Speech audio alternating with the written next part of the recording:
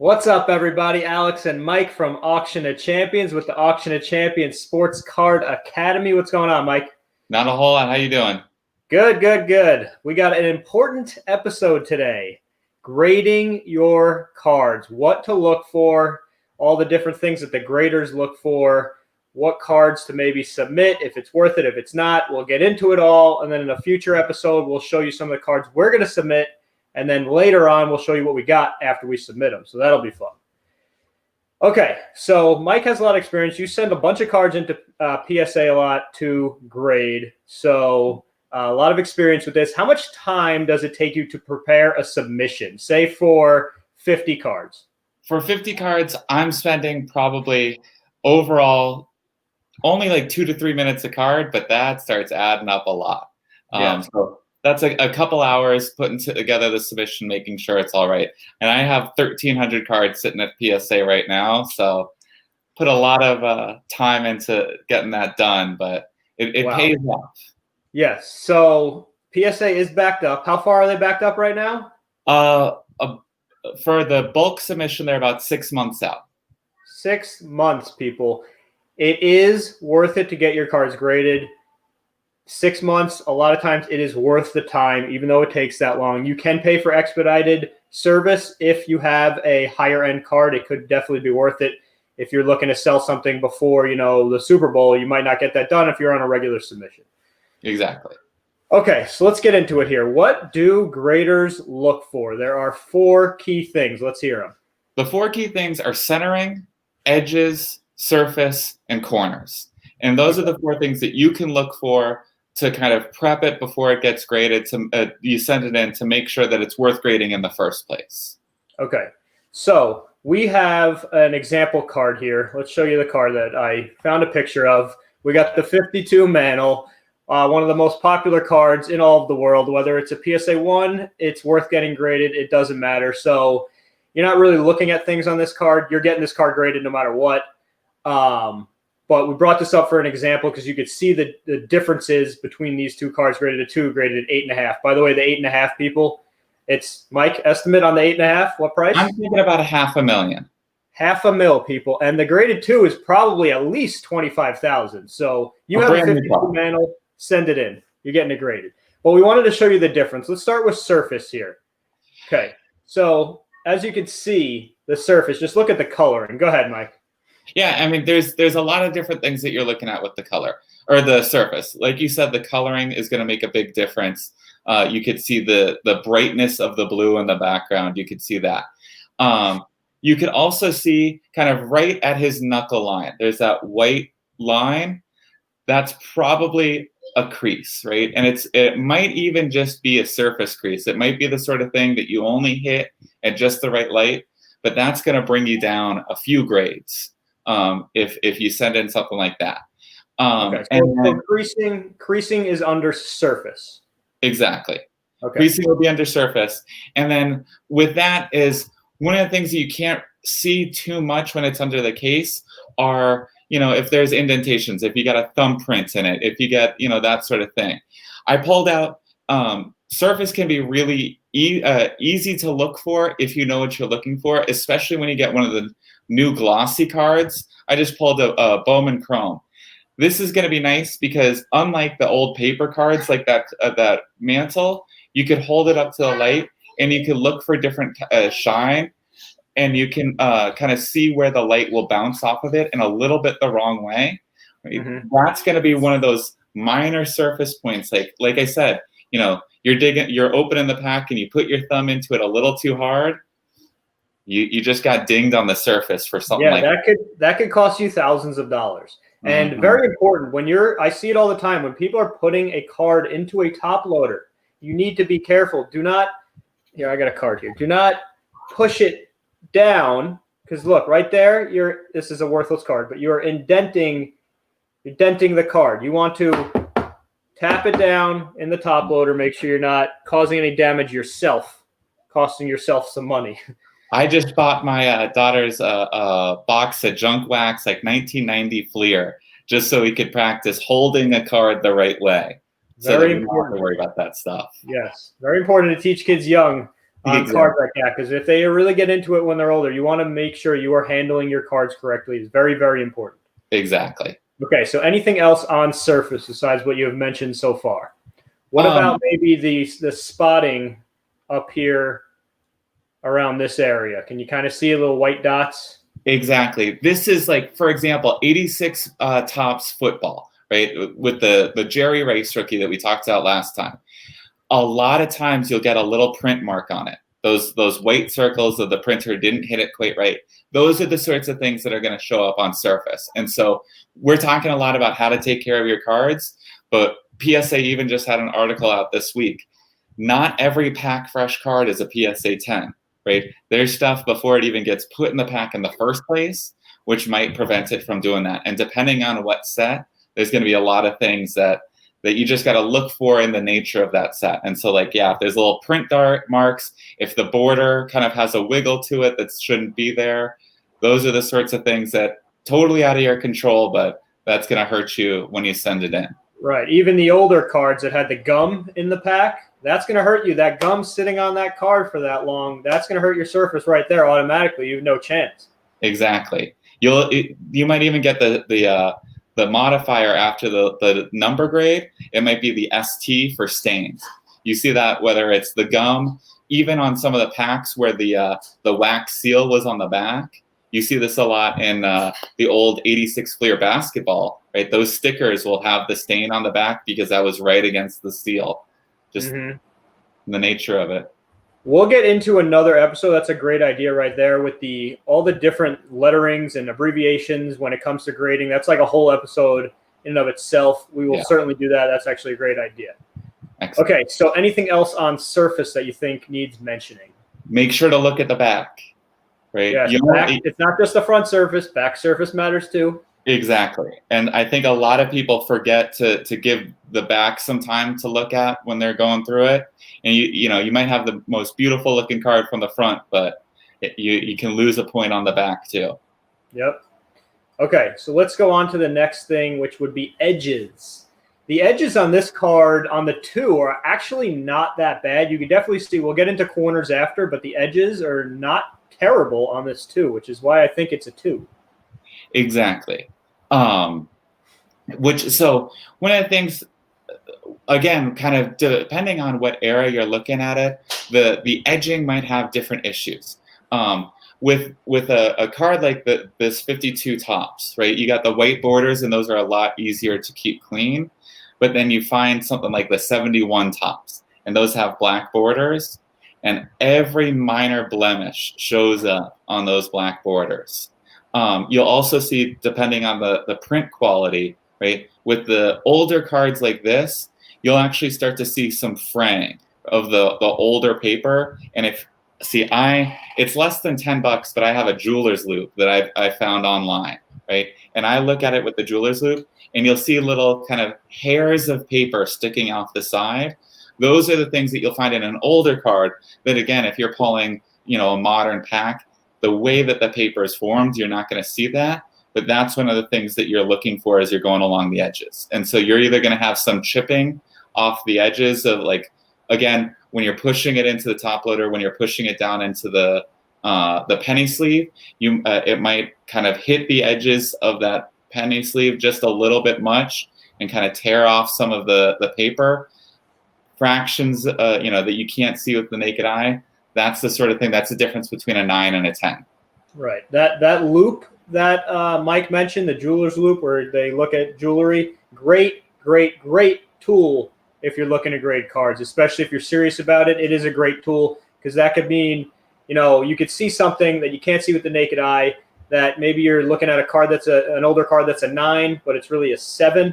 Might not be worth it for you to get graded at that point. So the loop certainly helps. Great advice there. Everyone buy a loop if you're looking at investing in sports cards, especially getting them graded. And actually, to kind of transition into the corners, I got a specific story when this loop made a difference. Because in corners, it's easy. Like on the mantle, we'll look at it in a minute. There's the clear rounding, right? It doesn't have the sharpness to it. But and you can see the sharpness with just your eye, just holding it up to the light. But one of the things that you'll also find with the corners, I found on a different Luis Robert, his 2018 Bowman First. It was a perfectly sharp corner, but you get the layers of paper that make up the card. The top layer was creased back, right? If that piece of paper is 20 points thick, the first 5 points were folded in, and I couldn't see that if I didn't have the loop. And again, Wow. it would be a 7 if I sent it in, which is I couldn't sell it for as much as it would cost me to grade it. Right. When I thought it was a 10, which would be a $200 card, right? Right. And so I saved myself a lot of aggravation just making sure to double check those corners, because it's not just the rounding of it, which you'll see in the mantle in a second, but there's all of those different layers of paper. Those can be really brutalized by a top loader, just holding it the wrong way, the way that the mailman dropped it off at the card store that you bought it at, that could ding a corner just enough. Yep. So again, loop, guys, get a loop. It's very important, very cheap, maybe $10 investment. It's totally, totally worth it. Yeah. Okay, so let's check out the corners on this mantle real quick. See if I could zoom in a little more. This card on the right, it is an 8.5, but it looks a lot cleaner than that. I think where you're off a little bit might be centering, but we'll get into centering after. But look at the difference in the corners. Just look right here compared to right here. You could tell that's a pointed corner. That's a rounded corner. Exactly. Right. And you might see like I'm pointing at something that you guys can't see what I'm pointing to, but you might see the slightest ding at the top, just underneath the corner. That, you could call that edges or corner or whatever. One of the things to consider, right, with, a card like this, or not just the 52 mantle, because whatever you're sending it in, but let's say you've got the 52 Jackie Robinson. Right? And you're trying to decide, is this going to be a 6 or is this a 4? That makes a few $100s difference. Yeah. One of the things is how many corners are in good shape, because if you read what PSA or what Beckett says they're looking for, right? It's the difference between 3 or 4 corners. It's the difference between 2 or 3 corners that are sharp, right? If you're only hoping for a 6, you might forgive, a rounded corner on one of them, like you might see like on this mantle if we look close enough. If there's one of the corners is going to be particularly sharp, you're giving yourself the boost there. And so one of the things that you're thinking about when you're sending in cards, if you're not looking for a 10, if you're going to be happy with a 7, with an 8, with a 9, give yourself a little bit of a break, because you've got room to mess up one of the corners, but you got to be careful with that. Mm-hmm. Okay, so that's corners. Sometimes corners are very obvious, but then what Mike mentioned a bit ago with the loop was he was able to see things that you couldn't see. Like, this is obvious, but you couldn't see what Mike was talking about with the Robert card a minute ago. Exactly. So, minimized. Hold on. I'll get it back up. Okay, so the next thing we're going to talk about is centering.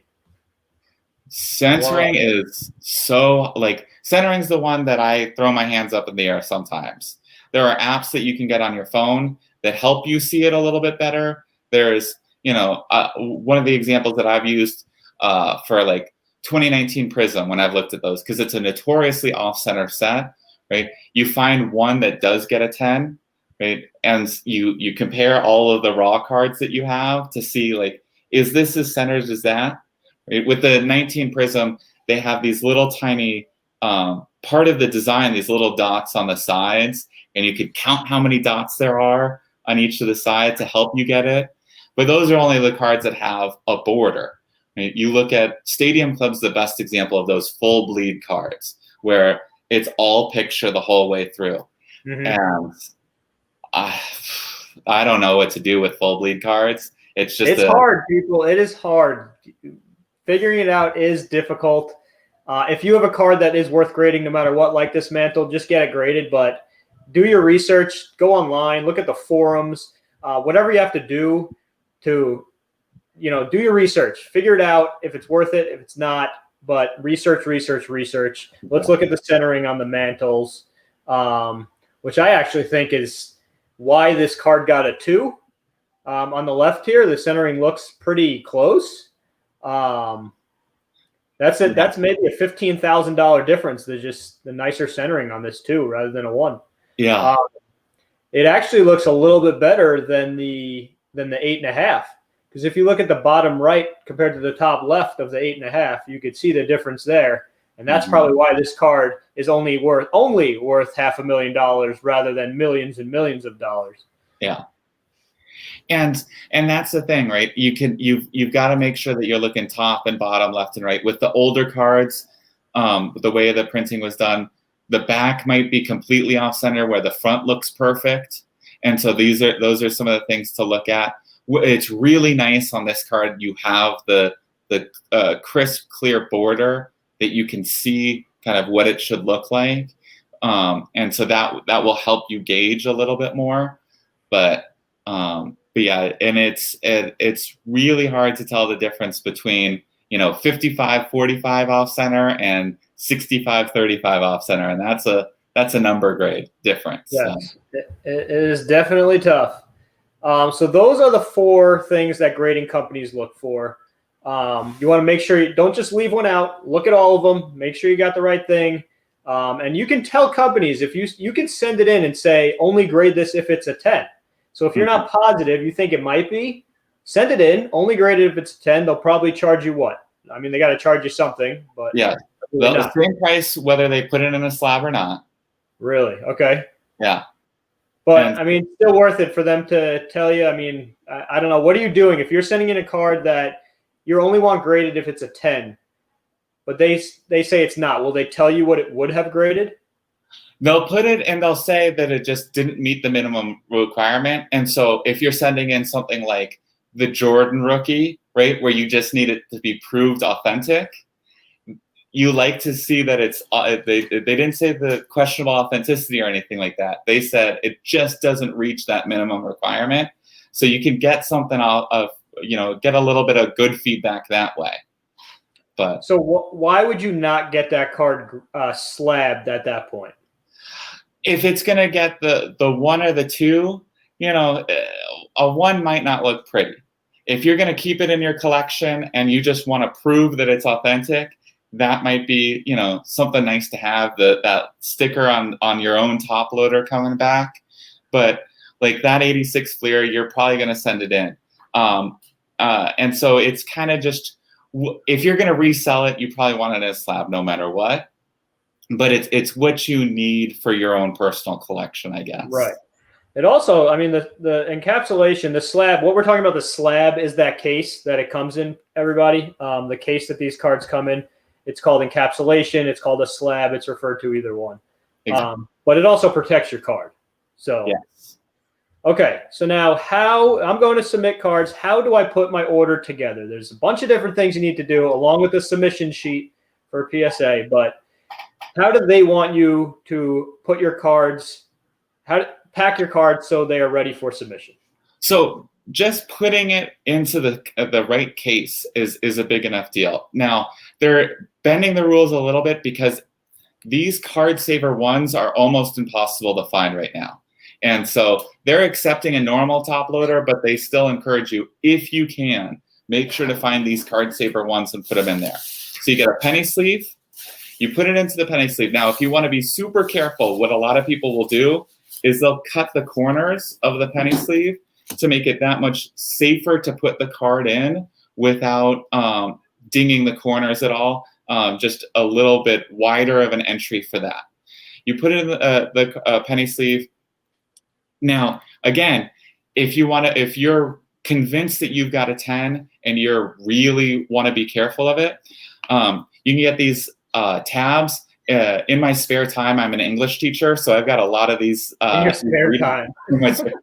I got a lot of these tabs lying around the house to annotate books, but you pull one off and you put it on the penny sleeve so that when you put it in the Card Saver, the grader only has to use this to pull it out so that you don't have to worry about that. Now, again, I don't worry about that for most of the time because I'm sending in cards that are in the $20 to $30 range that I'm hoping we'll get a 10 to boost it up to the $300 range.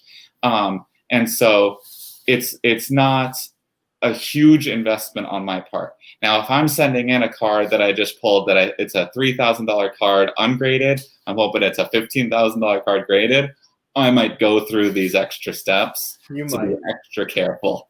Yes. So then, go ahead. No, you go for it. I didn't have anything to say yet. Fair enough. Yeah, so then you put them all in. One of the things right now, PSA is being really careful. You have to put the order in online. You have to put the cards in the same order that you listed them on the sheet. They're going to charge you an extra 5% if your cards in the box that you sent them are not in the same order on the submission sheet.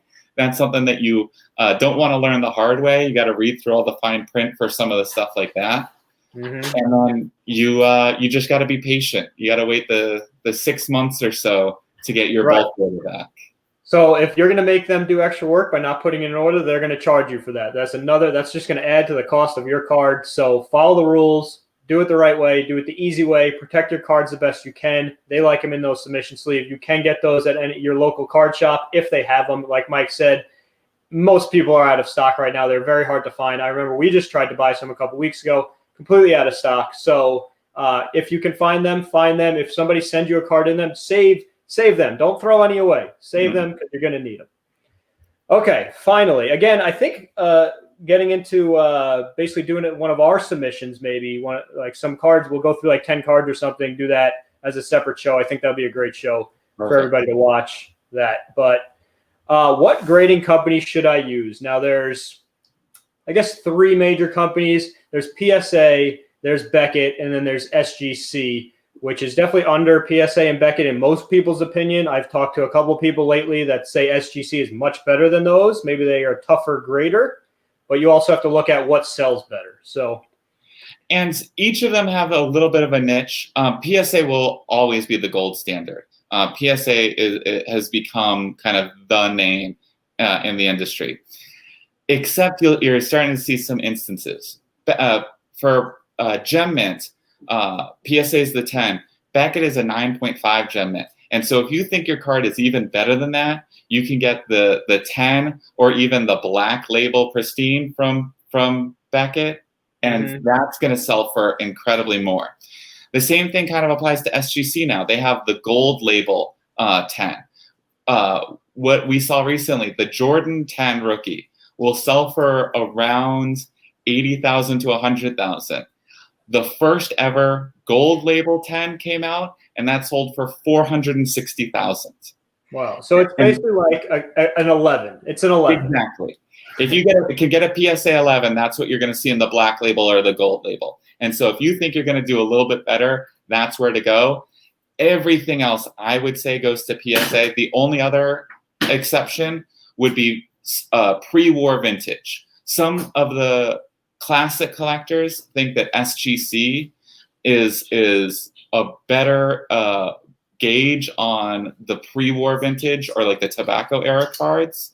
And that's just such a niche collector that you probably don't have to worry too much about that. Right. So, but the bottom line is do your research. Research sales history on these cards. Go to eBay. Whatever you have to do, look at completed listings, SGC 10 versus PSA 10. PSA 10 sells for 100, SGC sells for 75. Who are you going with? You're going with PSA. So, again, do your research. It's all about research. This is collecting or investing in cards can be a full-time job for you if you do it correctly, know what you're buying, know how to submit, all that stuff. You could make a living on trading cards. Talk to your 8-year-old self, tell him that. Don't put your cards in your bike tires, right? Exactly. And to be clear, though, you also have to decide if you're putting something in your collection, you got to find the case that you like the best to look at. Right? I would take my Beckett 8.5 and I'd put it into a PSA 8 just because I like the PSA label more. But the SGC, their cases do have a look that some people just really like. And if you're keeping this in your collection, there's nothing wrong with that. Right.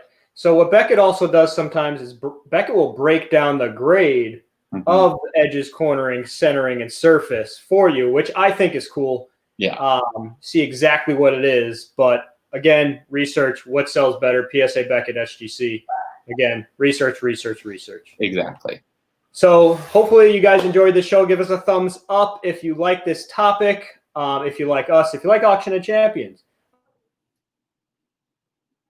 Check out Auction of Champions. Those are cards always in there every week. New cards, $10 starting bids, no reserves, loaded with stuff. So check that out. Also autographed items. We'll be back next time with another video. You got any topic you want to see discussed, drop it in the comments. Make sure you hit the subscribe button, and we will see you guys next time. Bid like a champion. See you, Mike. See ya.